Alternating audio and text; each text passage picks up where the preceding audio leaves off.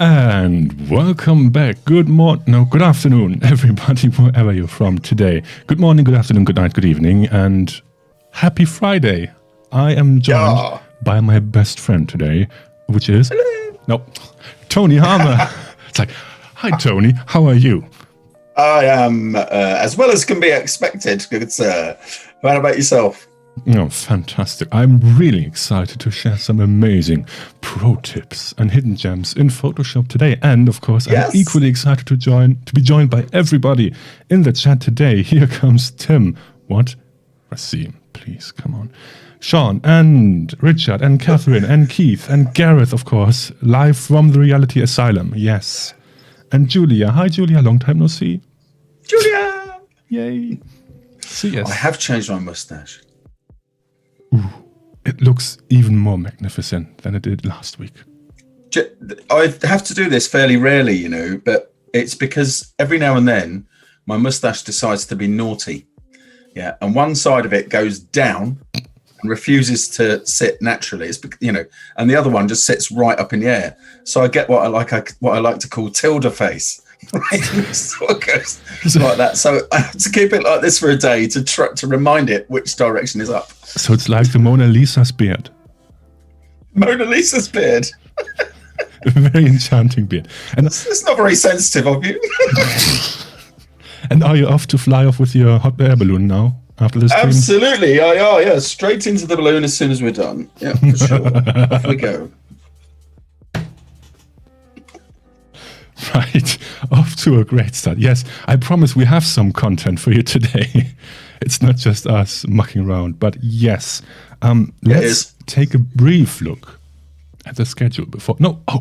I totally forgot. But if you are joining us on YouTube, make sure to come over to behance.net/Adobe Live, because this is where the party is happening, in the chat with the cool kids.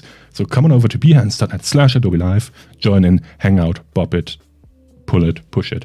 I don't know what the cool kids say all today. Of that. All of the above. All of the above. All right. And also, we are live every weekday on Adobe Live. So tune in next week. We will talk about the schedule when the stream is done. But for now, I think, Tony, would you like to start with the first? Oh, do I get to start? I mean, I could start, but I've been talking for a while now, so I think it's your turn. Oh, I was just making 2 new puppets. Hello. Oh, look. Oh, that's amazing. Look, I can see all those people out there. It's really good. Oh, fantastic. Oh, there's that. All right, and that's it for today. Bye. Okay, I'll start. Actually, right, my first pro tip doesn't involve any images at all, Tim. None whatsoever. Yeah, because my first pro tip is make your own keyboard shortcuts. That's the number one thing, I guess, that you do, apart from workspaces and stuff like that, but shortcuts. I'm going to show you how to do that here on Photoshop on the Mac and, of course, on Windows. It's in the same place in the edit menu, keyboard shortcuts, there like so. And if there are shortcuts you don't use, okay, or you want to assign to other things, yeah, then a good thing to do would be to reassign them. And it's very, very simple. So I'll start off here by creating a brand new set. Okay, and you do that with this small icon just here. So create a new set. So it copies all of the other things into there, and we'll call this, let's call this Adobe Live. Right, so our Adobe Live set as well. You can see I've got a couple of others here. All right, and it's a good idea, by the way, to also back these up. Yeah, so keep them, find them in the Finder or the Explorer, keep them and back them up. So when your next version of Photoshop comes, you can just drop them straight in like so. provided they all still match up. Anyway, right, so there's my set. Now I can go about the business of creating my own shortcuts. And one of the first ones I like to change, okay, is in the File menu. If I come down just a little bit here to Save As, you'll see it's got not one, but 2 shortcuts. Now, how many shortcuts do you need for Save As? Yeah, I'm suggesting, go on. 15. 15. Yeah, so you can cycle through them. Go, look, yes. I can save as with my elbow and my finger. I can save as using all of the digits on my left hand and one of the right. By smacking my forehead on the keyboard. Smash my face on the keyboard, yeah, and it just save as. Incroyable. But yes, anyway, so pardon me, I don't want to start coughing while I'm talking. So I don't use Option Command S. I have always used Shift Command S, Shift Control S on Windows. So I don't need that one. So what I'm going to do is reassign it to something that for me is much more useful. So I'll go ahead and go down to my layer menu here. Now, if we just have a quick look at the actual layer menu, you'll see there's a Smart Objects. It's all grayed out because I'm in a dialog. But about halfway down, Smart Objects, there's a thing just there for that. So I'm going to scroll down. Now, it takes a little while to scroll because you're seeing all of the nested commands as well. Right, but there we go. Go down like here, come down a bit more. And eventually, after a short time, you will end up, okay, with the Smart Object. And there is the command, Convert to Smart Object. This is when I would click in this field here. Option Command S. For me, whatever you want to reassign is entirely up to you. Okay, it gives me a little hazard thing, says it's already in use and it will be removed from File Save As if accepted. So over here, I click Accept, and now I've got my set. All I need to do is make sure that I save it, which I do using this icon just here. And now, if I open an image and I want to turn it into a smart object, Option Command S, and straight away, I've got my Smart Object without fussing around. There you go. That's my first pro tip for you, Tim. Exciting. I mean, custom. I mean, it's not the most exciting, but you know. Yes. It is. It's the most exciting part of the workflow in Photoshop, because if you can nail down the keyboard shortcuts, you can spend more time on the other pro tips. Absolutely. Like, there you go. For example, let's go over to my screen. Hang on. Whoop. There we go. Tree! The tree! Yay! We love the trees! Oh, look, the tree! Sorry, Tim. It's fine. It's fine. Next time I will just use my keyboard shortcut, Command, Alt, punch Tony in the face, and then... Oh, that worked. Right, enough. What did I want to talk about? Yes, right. Sometimes, we all should work with smart objects when we're applying filters, right? But sometimes, how it is. You either have a client or you sometimes just forget that you want to work with smart objects. And you just start applying filters and changes and edits. And then the art director comes in and says, ooh, I like this change, but could we try this other thing? And then you're there, sitting there and thinking, yes, I have to start again. Well, let's just say I'm starting with this image and I would like to apply, I don't know, a camera raw filter. And let's open that and I will apply a gradient and do some temperature adjustments and make a dramatic sky. I don't know, how about... Well, that's not super dramatic, that's more like muddy, but that's okay. Clarity always helps. Yes, there we go. Dramatic sky. Okay. Nice. And then I would like to add another filter. How about, this doesn't really matter, like, add noise. Yes, because everybody likes noise. Great. Okay. And then I want to add another filter. How about emboss? Sure. No. Well, okay. Great. Do it anyway. Do it. Great choice. Yes, emboss. Yes. Perfect. So now let's say the art director comes over and says, Tim, I really like this edit, but you know what? That emboss filter, not so sure about that. Well, you can always go back to the history panel, which hides up here. And if you don't see that, go to Window and History, and there you can go back. But, I mean, this is something we all know, hopefully. We can go back and forth and Command-Z and Command-Shift-Z. We can go up and down. However, what if we want to go back a step and do a different filter? Like, emboss wasn't great, right? But how about the sharpen filter? Watch what happens to the emboss entry in the history panel. It's gone. We sharpen our image, but the emboss filter is gone. We cannot bring that back.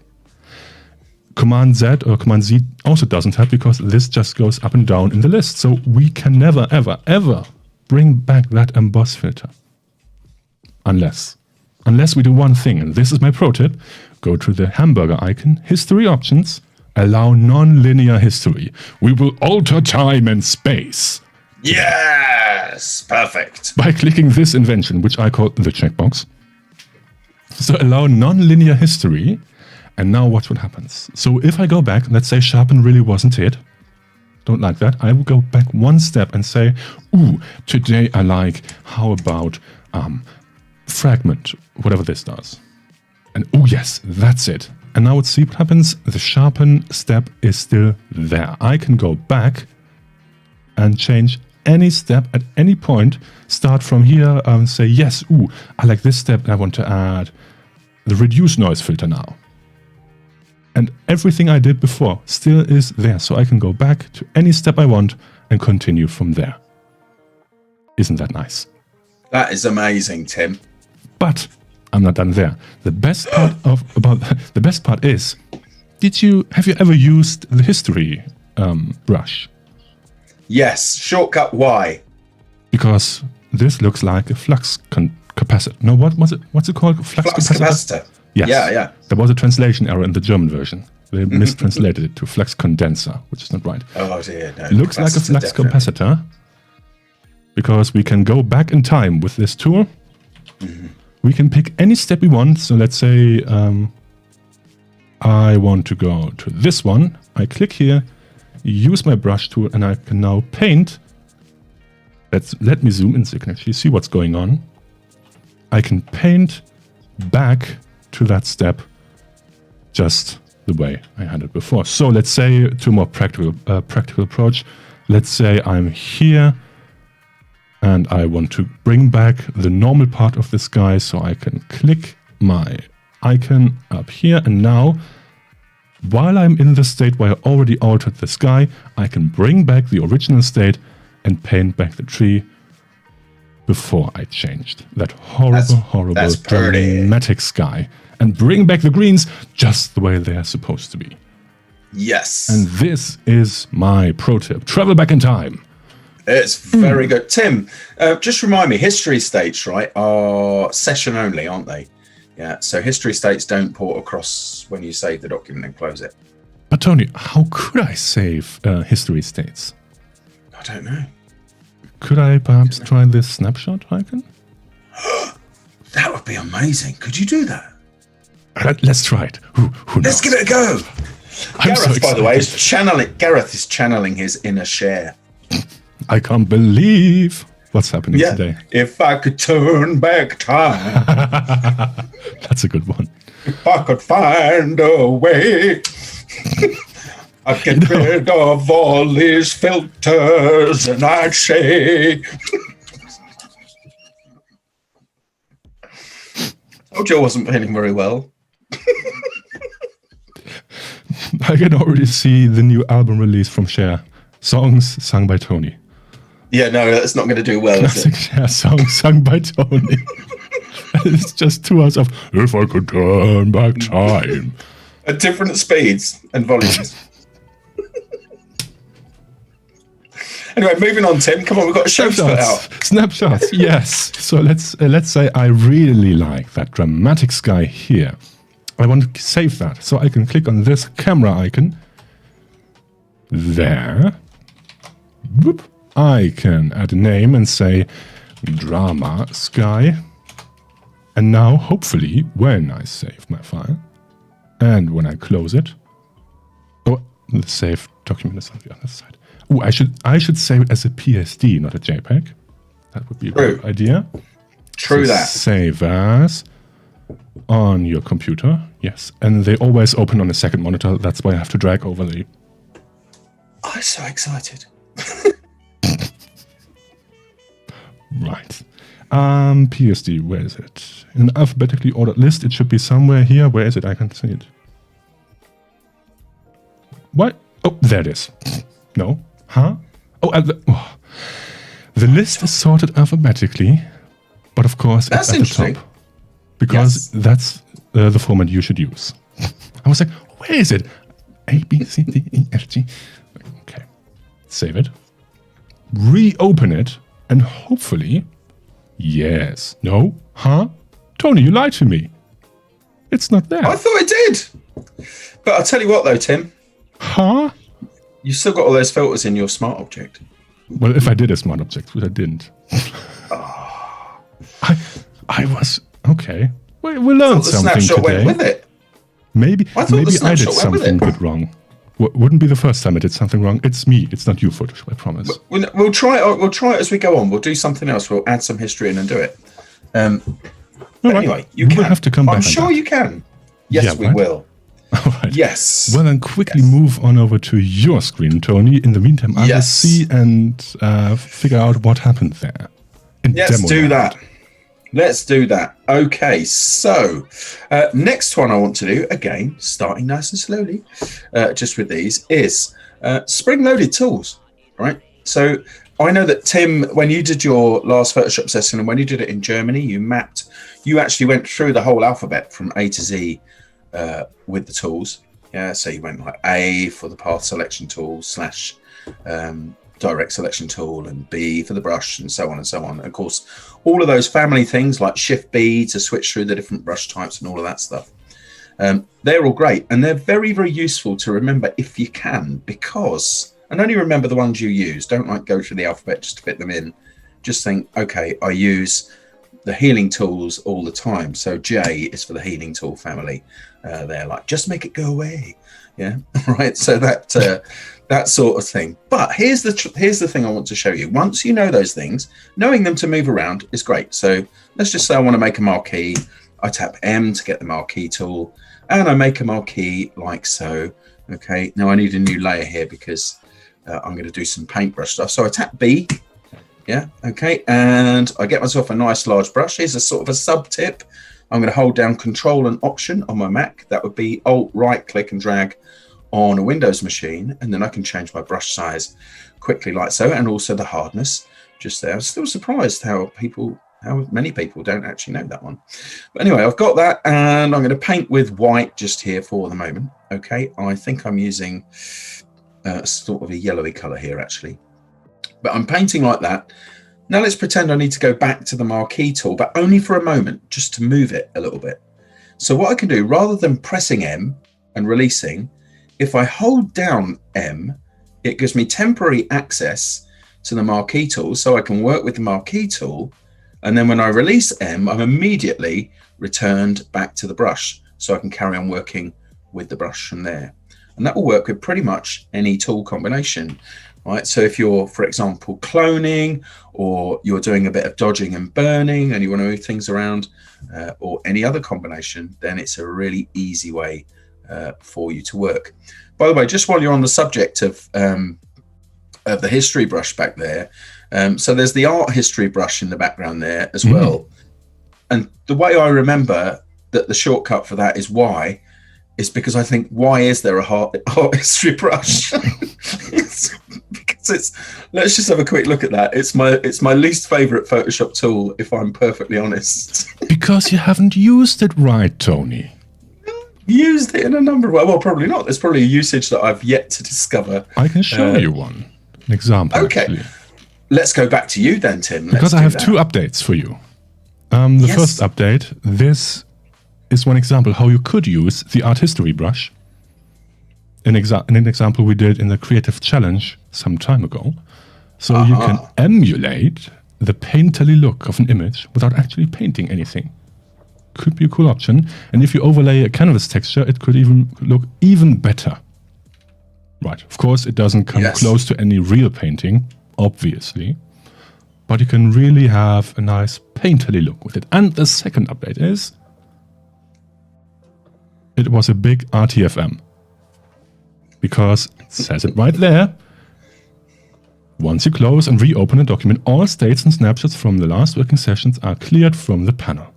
Well, I'll tell you how, I can tell you a way around it though, for modern versions of Photoshop. If you save to cloud documents, you get a version history. True. So you could go back to a specific point in time from that. And it shows that even I can be the worst kind of wrong, confidently wrong. Oh man, how many shortcuts are there in Photoshop? 1100. How many? Right, so it's a lot. It's a lot to hold on to. There's 2,500 apparently in InDesign. All right, but there you go. Some super German chappie actually mapped them all out at one point. But there you go. Julia's saying that should be illegal. I don't know what should be illegal. What are we talking about? Is this the same thing? Dun, dun, dun, dun. Oh dear. I'll tell you what, Tim. Yes. I'm going to do another ickle tip here. Oh yeah. Right. Yeah. Based on something you were doing, because here I've got this background file just here. Okay. And in my quick actions, if I actually take this up to a layer, okay, so it needs to be a layer, not a background. There is actually a remove background command just there. And if you tap it, what should happen is the AI present inside of Photoshop should analyze it and remove the background. And it doesn't destroy it. It creates you, a lovely little mask like so. So even if it gets it a little bit wrong, you can fix it. And now we will recreate this image live. We'll both do it at the same time. I am not shaking this duster again, because last time I couldn't breathe for about 15 minutes because it is a duster. Anyway, oh dear. Let's do my actual tip for this one. So I'm just going to copy this image out of here, right? And I'm going to create a new image, because quite often you get to do things like presentations. I do these things like all the time. And you get a client that gets a photo that they like. Maybe they took it themselves, and they say something like, oh, for this particular slide deck, I'd like you to use this picture of my wife running along, drying out her pashmina on the beach, because it's my favorite picture. But of course, the aspect ratio for this is completely not good. Yeah, it doesn't work. So you think, oh, okay, then I've got to clone all of that stuff out on the side. And another thing that people overlook is the amazing content aware scale feature. Okay, so I'm going to do this twice. Okay, the shortcut for it is Shift Option Command S, Shift Alt Control S on Windows. Okay, and that's, oh, hang on, no, it's not. It's C, not S. Silly Tony. There we go. In the edit menu, there we go. Shift Alt Command C. So we'll do it that way. Okay, so now I've got that like so. What I can do is, if I grab these side handles, right, if I hold down Shift, then it'll only work on one axis, because that's all changed. Okay, and I can drag that out like so, and it will content aware work on the background, okay, to make sure you get a nice trick like that. So nice and done. But on occasion, you might find if we go too far, it starts to distort things like the leg just here. Look at the leg, how that's now very, very big. Big leg, small leg. Just there. What I'm going to do is hit escape to come out of the content aware fill thingy. I'm going to go up to the select menu at the top, choose select subject. Okay, and let that run. And there you go. It's got a pretty good idea of the subject just there. I'm going to go to the select menu and choose to save that selection. And this is going to write a new channel for me. Okay, now I'm just going to call it subject like so. Okay. Then I'll deselect. Then if I run the content aware scale again, up here, I can choose to protect subject, and it will use that channel as a guide to protect those things. So now if I go ahead and resize that, and even if I keep going quite a long way, yeah, you see it breaks at a certain point. But if you really did need to go that far, my advice would be go a certain distance like so, okay, and then run the command again, because it gives it a second chance at analysing that, and you can get some extra mileage out of it. There you go, Tim. Bit of content-aware scale. Then you can go the distance. Yes. Whatever that is, do it. Adding to that tip, by the way, content-aware scale can also be a great way to resize screenshots. So if you're working on training material, and sometimes the aspect ratio of a screenshot just doesn't work, you could use, where is it? There it is. Content-aware scale, and scale down that dialog option, and more often than not, it works perfectly, and you can rescale your screenshot, make it bigger, smaller, and in most cases it scales beautifully, and you can fit it in your training. That is a great tip. That is a great tip. I like it. Well, thank you very much. Nice one. I like it. I don't love it. I like it. I don't love it. No, I do like it. And simultaneously they reach for their hovering art directors.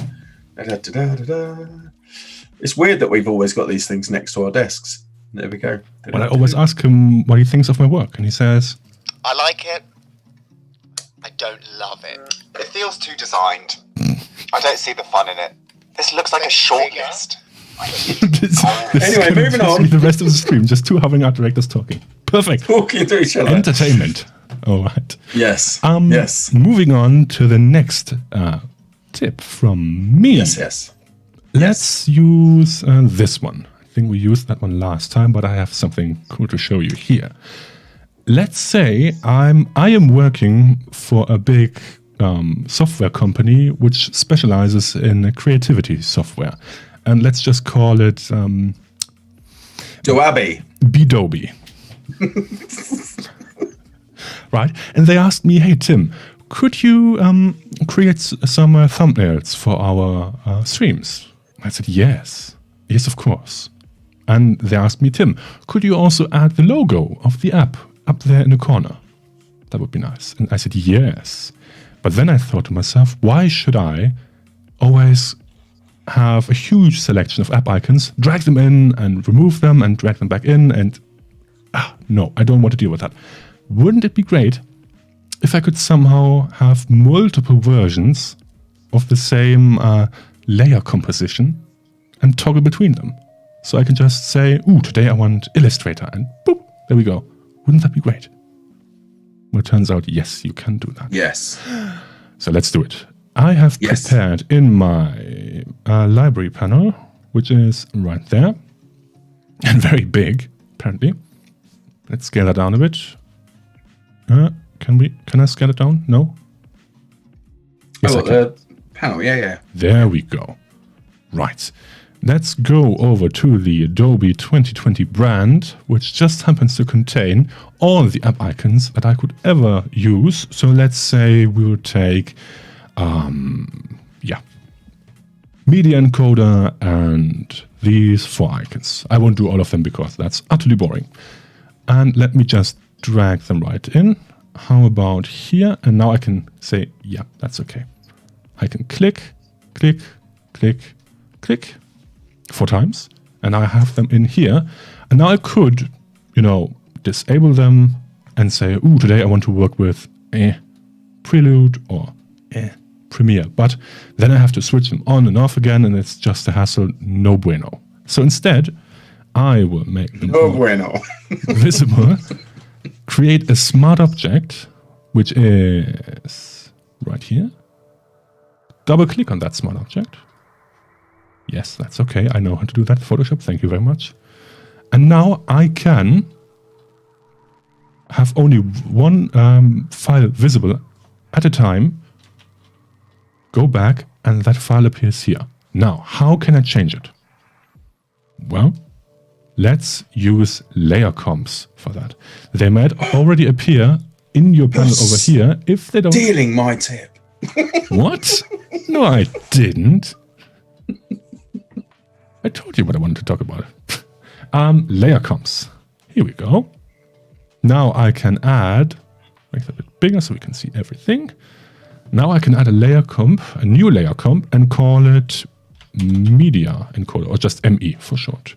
And say, yes, save visibility, no need to save position, no need to save appearance, no need to save layer comp selection for smart objects, which is nice if we want to do some recursive work. Maybe we can get into that after this tip. Say yes. Now, the next one. So, hide the ME, show PF for portfolio. Do the next one, and I think you know how the next one will go. The famous prelude. How is it? Prelude. Yeah, whatever he said. And premiere. Here we go. And now, watch what happens. I can toggle between those apps, and the layer visibility changes depending on which layer comp is active. So let's save it. And now, of course, I can close this smart object and watch what appears if I hide this panel, click on my smart object, and open the properties panel.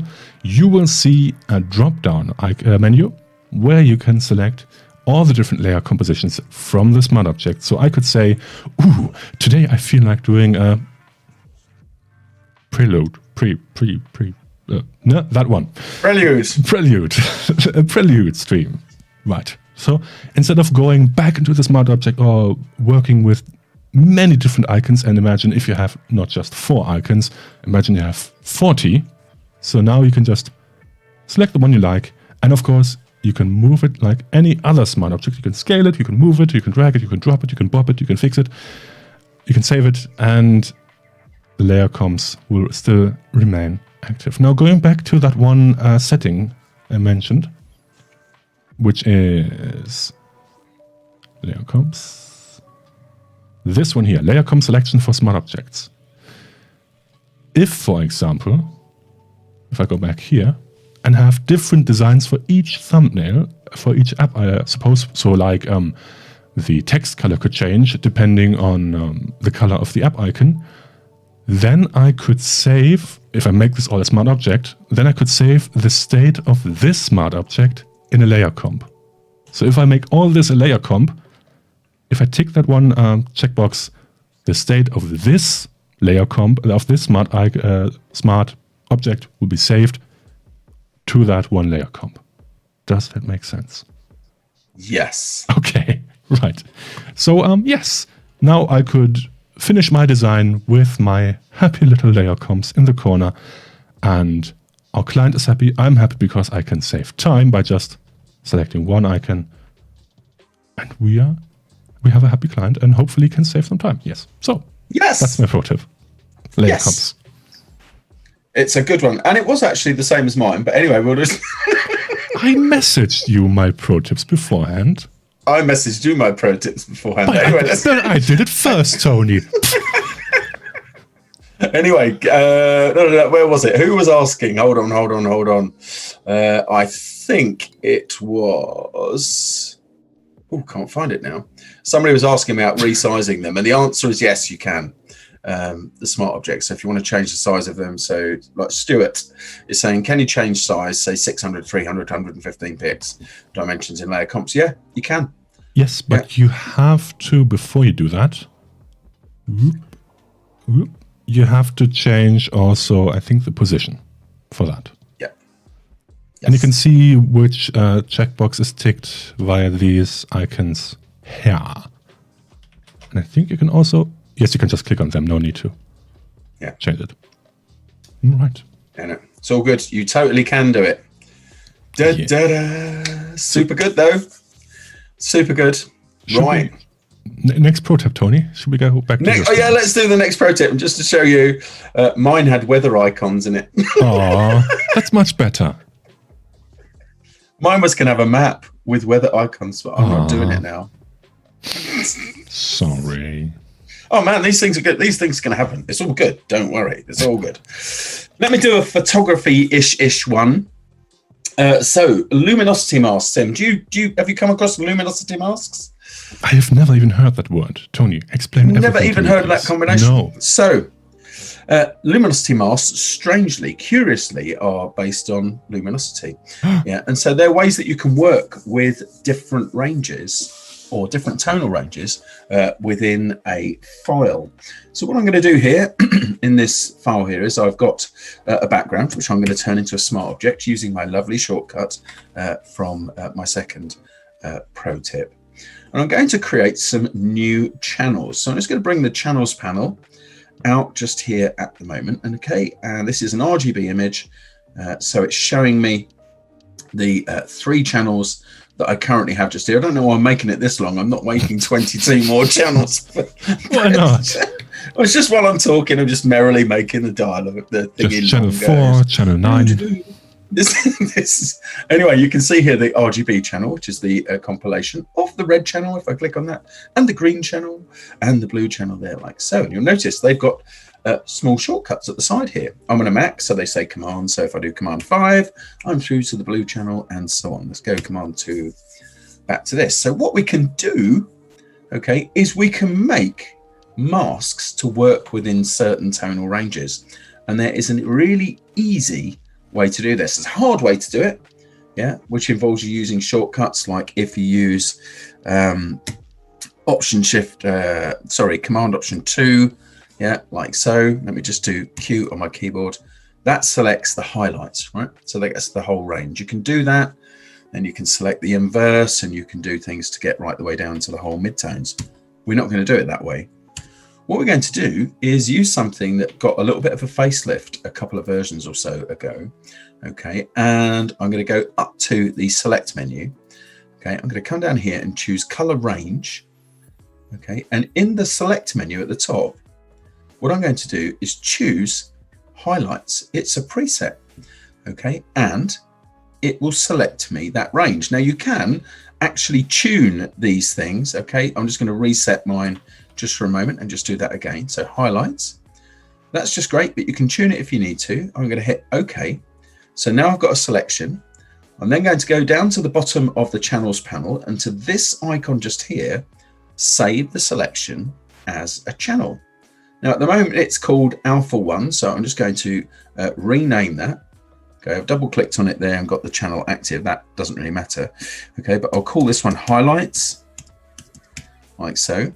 And just in case you don't know what the channel's actually doing, right, in a mask like this, or a channel like this, white reveals, black conceals. So everywhere it's black, anything I do to it will have no effect whatsoever, or you won't see it. Right? Anywhere it's white, then the effect will happen. And you can see quite how fine that actually is between there. So I've got all of those tiny little bits, inside of there. I'll do command 2 to go back to the RGB composite there. I'll go to the select menu, back down to color range. I'm going to do this twice more, just in case you hadn't guessed that. I'm going to go for my midtones just here. You can see it's selecting within that tonal range. If you need to tune it for a specific image, then you can do that using those sliders just there. So I've got that. Again, bottom of the channels panel, created a new channel, which I'm now going to call midtones. There like so. Command 2 to go back and deselect. That bit's important because otherwise you start to search within the selection. So back to the select menu, color range, and one final one, for the shadows just here. And create that. And now I've got something where I can work within a specific range. So if I want to make some adjustments, so I'll go back to having no active selection and back to my RGB channel. What I can do, is go ahead and maybe do an adjustment just here. Let's do, I don't know, let's do a levels adjustment. So that creates a mask with it. Now I want to load my selection, my highlight selection just here. So what I can do is command 6, but add in the option key, and that then loads it as a selection without activating the channel. So now I've got that selection active here. I could go ahead and fill that part of the channel, there with black. Oops, wrong way around.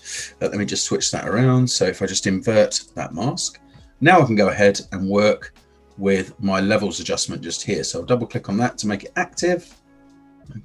And then I'm going to make it a lot more crunchy and contrasty, like so. And you can see how that's working really nicely in that region. I might want to add another adjustment. So let's say I could do levels again, but this time I'll do curves. Okay, but what I'll do is I'll load my shadows just here, for example. So Command Option 8 to load that selection. Okay, then I'll go ahead and fill that there. Sorry, whoops a daisy. Just delete that section so you can see how that's working. You can see it's the inverse of what we had just there. Now, if I go ahead and darken that, whoops, the mask is inverted again. There we are. Okay, that's better. So now if I go ahead and adjust that, like so, you can see how that adjustment is only taking place in the shadows just there. So I can go ahead and make that, I'll give them a bit of an S curve to it.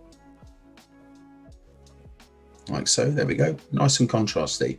So it gives you the opportunity to work within all of those different ranges. So you can filter things down like that. And there you go, super good. Nice. The only thing I always found really confusing is that black conceals, white reveals. Also works the other way around. Still rhymes. Black reveals, white conceals. So I prefer the black blocks.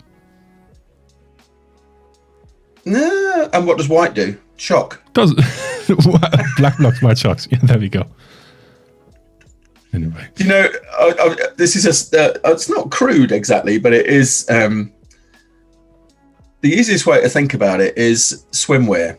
Yeah, you know, if you wear white swimwear and you get soaking wet, yeah, there's a high chance it may become transparent, yeah, to some degree. Whereas black swimwear, nah. There you go. Okay. I'll be getting an email later, but there we are. Moving on to the next project. Moving on. Nobody heard that ever. The chat's busy today, by the way. Yes, they're having all the fun, and I think they're also talking about how this is the Photoshop training hour. Just working and learning, already speeding up some of my work. Just get stuck doing the same old Photoshop workflows. Yes. Yeah. So there are some cool things we can show you, because the next pro tip is about, and I think if you have watched the German stream, you will know this image. There we go. Ah, yes. Let's move this over here so we can actually see what's going on. And this image has some interesting geometric walls. Properties. Yeah, there we go. Interesting geometric properties, because we clearly see some perspective lines in the walls and on the floor.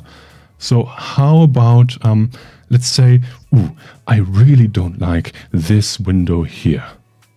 This one is just too much. How in the world could I get rid of it? Yes, easy. Take the J key and just paint over the window. And now it's gone. But, oh no, Tony, can you see this? It's a bit warpy. That's Harry Potter land, that is. It's a baker's dilemma. So how in the world could I ever remove this weird pattern, this interesting pattern, let's say? Well, I could manually clone out and take ages and ages manually painting in every single brick. Or I could go over to the filter menu and go to Vanishing Point. Yes. And it opens a second window where I can tell Photoshop how this wall and the geometry of this image is laid out. Because Photoshop, at least for now, doesn't understand how the image is laid out. Perhaps that will come with a future update in 2027. Photoshop, Sensei, AI, who knows?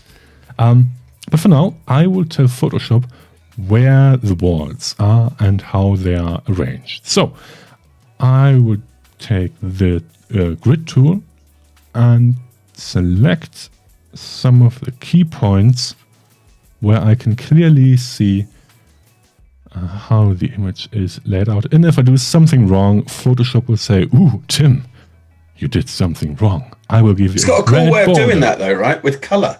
That's the way it does it. Yes. So I will do my best and manually align this grid to the wall. And if I do something wrong, you will see it later on because the image won't look right. So take your time and manually nail the grid to the wall. And if you did everything right, you can hold the Shift key and scale down the grid and scale it also up.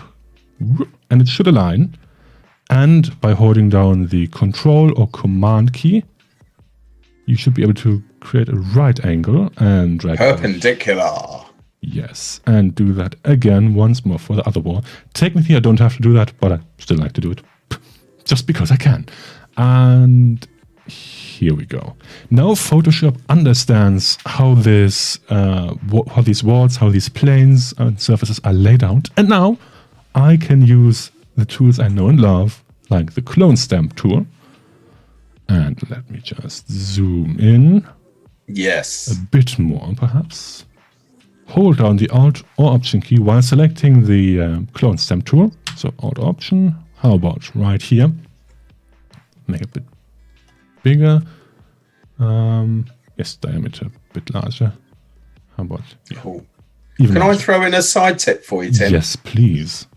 Yes. Well, what I do when I'm doing this, before I actually do this, is I add a new layer so that I can do all of the cloning and everything on a new layer.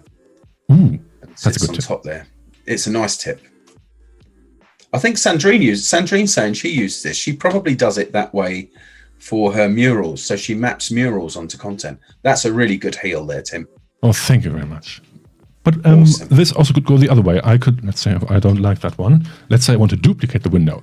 Instead of just using the clone stamp tool to duplicate this, I could use the Alt key and But there is also a different way. I could use the marquee tool, just draw a selection which automatically works with the correct perspective, and just use not the Command key, the Shift key, I think. Yes, Shift key, and drag that one over. Yes, there we go. And now, okay, Nice. I think I missed some of the lines, which of course is a harsh transition, but I could fix that later on in Photoshop. But this is a really easy way to to warp and transform shapes with the correct perspective in mind. And also, this isn't just about copying and pasting objects. You can also add your own images. So let's Yes, just you say can. I want to create a new poster on this wall. Let me just zoom out a bit. I can paste, and whatever I had ready in my clipboard will be added to this image. So let's say I want to add this one here. I can scale it down with Command or Control T, holding down the Shift key and scaling it down. How about, ooh, yes, right there, on the floor, Yes. if I wanted to. But Yes. let's move this one here. And yep, I am happy with that. And one more thing, I really like how they named the checkboxes up here. We have flip and we have flop. Somebody had some fun. And this is, of course, horizontal and vertical flipping. So we can Flip and flip. flop. Yes, indeed. Let's do it. Okay. And You know, well, yeah. if you wanted to, because you're doing this on the same layer, you could use that there history brush to fix that there brick misalignment. ooh, yeah, that's a good point. Ooh, Yes. we could try that. Let's click OK. Yes. And let's go back. Yeah, that's a good point. Let's go here. Open the history panel. Say, ooh, I want a sample from before what happened. And use the Y key. I could use the Y key, or I can just find it again. There it is. Yes. Use a soft brush, the softest, and just paint that seam away. There you go. That's right. Nice. Just paint it away. I Paint feel it like I'm away. in an infomercial. Because you can turn back time. Ta-da! Yeah. And of course, Hey, do you want to? Yeah. Do you want another? Do you want another? Can I throw in another pro tip on top of your pro tip Yes, please. from a moment ago? Did you know, Tim, that you can actually export the vanishing point planes to After Effects? You can create a tunnel in in Vanishing Point, you can then export the Vanishing Point planes, bring those into After Effects. There you go. Ta-da! Yeah, and that way you can actually use the 3D camera inside of After Effects. You can actually go down into an image, into a 2D image. You can give the illusion that you're moving through it. That's fantastic. I know, it's on my YouTube channel in just a couple of weeks. Or you can render the grid back to Photoshop if you want to do that for some reason. Yes. You could create a synthwave movie poster with those fancy glowing grids. I mean, that's great. All right. That pro tip wasn't planned, in case you couldn't tell. That's how we go, mate. We we roll with it that way. We just kind of go and say, hey, do you know let's roll out another pro tip. Should we go back to your screen? Can do, yeah. I see you have something prepared. I have a picture of a body of water with some vessels. A body of water. A body of water. A body of water. Catherine, by the way, thinks that there's a possibility that the ukulele might be coming out. It's not coming out today. And Davika is asking, Tim, are you a musician? That's what she said. No. Hang on. No. There's no musical instruments in any of our none at all. places. No, not happening. None whatsoever. No ukulele. No, none of that stuff. No. Oh, actually, you've got music going on in the background, haven't you? Yes, and some Flugehorn. Not sure if they could hear. Yes, I think they heard that. Okay. Right, so my next pro tip the F word is... Flugehorn. The F word, yes. The F-bomb. Super. Right. My next pro tip involves actions. So I'm going to go to Window and Actions, just here. Okay. Now, actions are another thing, like keyboard shortcuts and the like, that are really, really useful. Now, there are some actions in the default set. Yeah, they're... there might be some things that in there that are useful. Save as Photoshop PDF, that can be useful sometimes. Can you think of an instance where that might be useful? Save as Photoshop PDF? Yeah. Well, if I'm working on a PDF. But Tony, tell me. No. There's another thing. Oh. And yeah. So, and I've got to credit this. This goes to my good friend Russell Veers. He actually came up with this many years ago. Julia knows Russell as well. In fact, they were hanging out just not long ago here in Blighty. But Russell found a great use for this. If you've got vector content inside of a file, so let's just say this isn't my pro tip, by the way. I'm just mentioning this in relation to that action. So let's just say I had some words on here like so. Okay, some text like that. And I'm not going to bother changing it that much. By the way, I love that you use stapler accident finger inside your stuff now. That's so good. I hear people using it and thinking, I know where that came from. Right. So let's just say you had some text like that. Now that text is actually vector. If you export it as a normal PDF, however, it gets rasterized. Yeah. And so it will be pixely. If you save it as a PDF, yeah, the PDF, and use the right settings, the PDF will actually keep that as vector. So you'll have crystal super sharp text, okay, on top of your image just there. So that is actually a useful thing from there. But like I said, not my actual tip, but worth mentioning nonetheless.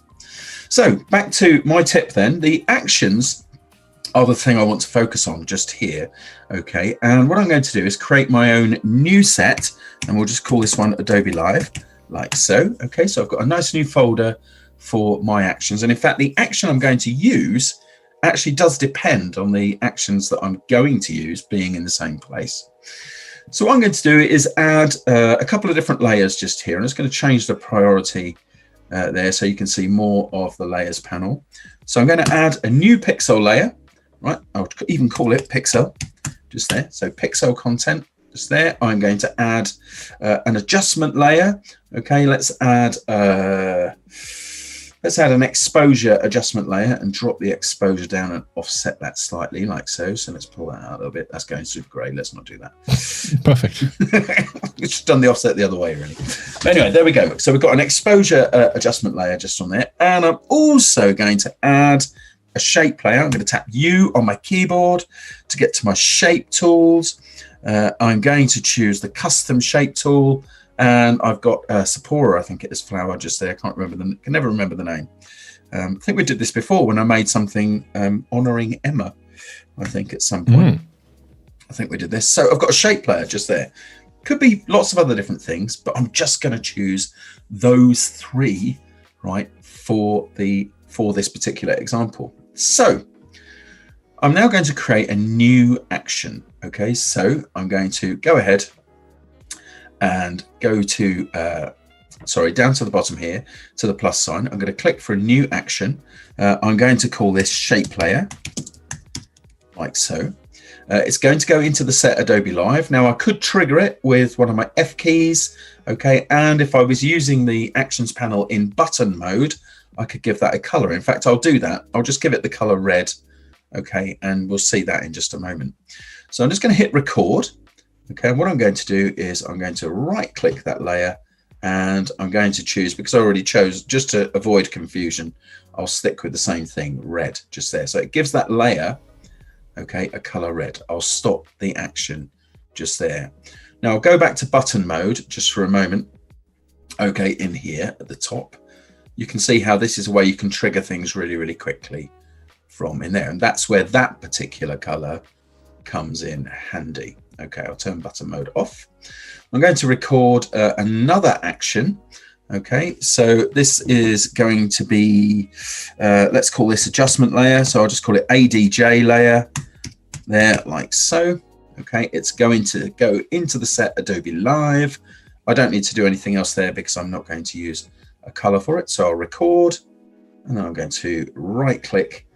It doesn't matter which layer I'm right clicking, by the way. I'm going to get that one orange like so, and then stop the action. All right, so I'll do that, and I think I'll add one more. Okay, and I'll go for let's call this one pixel layer. So I'll just PXL layer like so. Adobe Live, that's fine. Record. I'll just do that down here. Okay, and I'll change that one to green. There we go. All good. Yes. Stop recording that. So I can select all of those layers now and apply no color to those. So now I've got 3 things here. So if I wanted to, I'll just go back into button mode for a moment. If I wanted to, if I've just made a shape layer, I could go ahead and click shape layer there, just there, and it'll color it. I could go ahead and click my adjustment layer and color that. And I could go ahead and click my pixel layer and do that as well, if I wanted to do that. Yeah, but something else I can do, if I go back to no color here and then out of button mode, is add another action here. Okay, so I'm just going to call this one check layer or layer org or whatever. Okay, and what I'm going to do is I'm actually going to add something called a conditional action. So I go up to the fly up menu just here and I choose insert conditional. Okay, and then I've got all of these different conditions you can use. Now I could have used an example of adding a watermark over a layer based on whether it was landscape or portrait. Yeah, so I could have a condition for both. If you do choose to do that, number 1 top tip is make sure you change your ruler units to percentage when you actually place it while you're recording the first action. Okay, but down here I've got layer is adjustment layer, just there, in fact, or layer is shape layer. So if the current layer is a shape layer, play the action shape layer. Okay, otherwise don't do anything. Yeah, okay, you could do those things, or you could see I could play any of those other actions. All right, so I could just do that and check if. I could also add another conditional. Okay, so if I insert yet another conditional, if the document is an adjustment layer, okay, then play the action adjustment layer, like so. I could add another conditional, right? Okay, if the action, okay, is a pixel layer, then play the action, pixel layer, like so. Yeah. And then if I stop recording, I've got something where I could go ahead and run that check layer action on the current layer. Yeah. Okay. And then just do that, play the action. You see it colors it up automatically. If I set that, if I go to the action options, okay, so if I go into that action options, for this one, I will do F1, okay, involving command. So command F1, because I've got F keys on my keyboard just here. Then I could run that at any point. So I could highlight any layer, do command F1, and it will color that up appropriately. So if I went ahead and added a new pixel layer using a shortcut and just did command F1 from there, okay, then I should be able to change the color of that layer. It's because I've set that one to the current layer, unfortunately. But anyway, you get the idea. There you go. Conditional actions. Very, very useful. I think I have to steal that one for my next German stream. Do it. Look what I found in the Photoshop manual. I totally figured that out myself.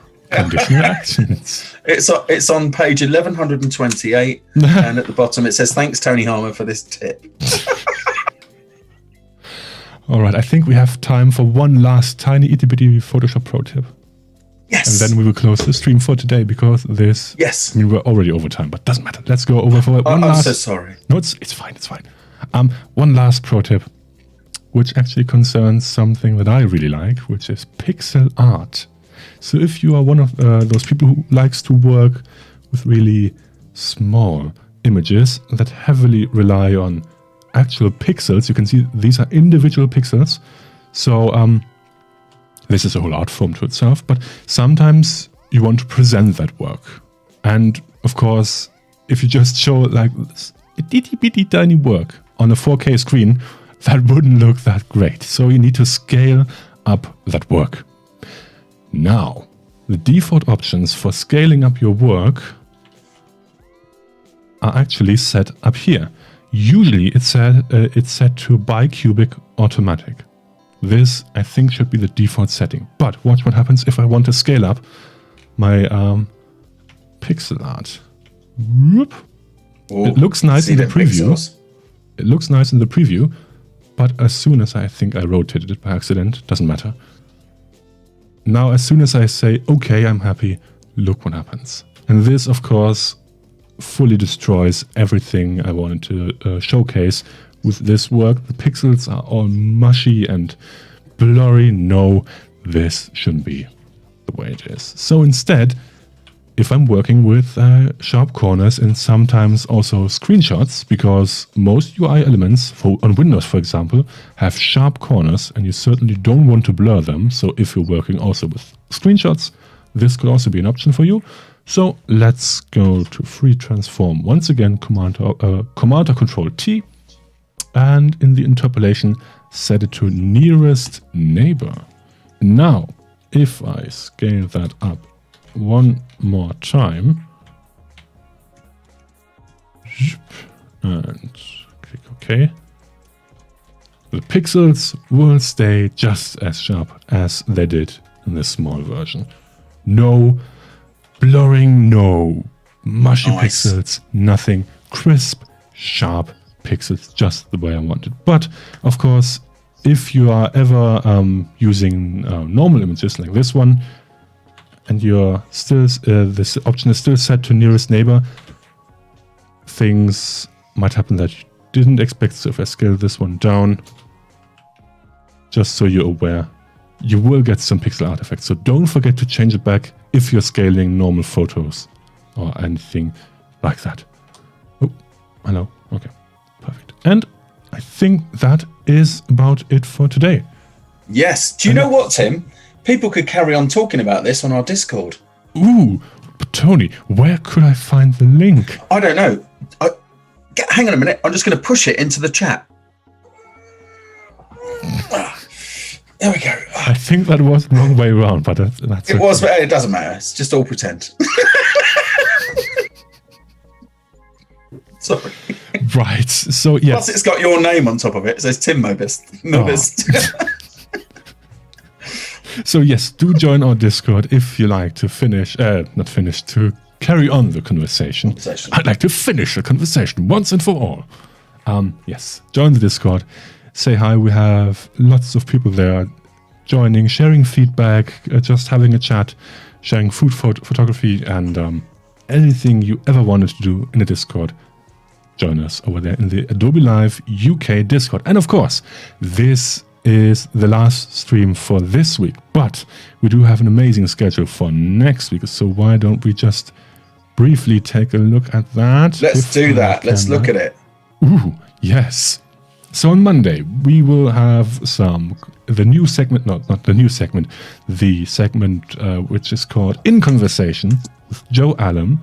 And on Tuesday, we will have the first iteration of the Adobe Live Book Club. On Wednesday, we will be back with some illustration. On Thursday, more illustration with the one and only Rachel Presky in Rachel Presky's Frisky Fresco. And of course, on Friday, this is a first, we're taking the day off. No streams. You can just kick back, relax, shut your eyes, send me all your money. Yes, we are taking the day off for the first time ever, which will happen, I think, once a month from now on. Because Adobe has asked everybody in the company to take at least one day off, and this will be that one day. The next one, I think I can actually... It will be the month after that. So, no streams on Friday. But of course, the rest is filled with amazing content from all Thanks, over the Waldorf and Statler. Somebody's just suggested that we might be the Muppets from the... Oh, man. Right. So with that, and a courtesy from everyone, it's fantastic. Great fun, goodbye Tim. from my end. Thank you, Tony, so much for joining us again. It was a pleasure watching you work and seeing all the pro tips. And I hope and yours. Oh, thank you. And I hope everybody enjoyed that in the chat and learned something from this session today. So, from all of us over here, thank you so much for joining us. Have a wonderful weekend and see you all on Monday, just like last week. Yes. And this week. And the week after that. Have a nice weekend. Stay creative. Bye. Bye.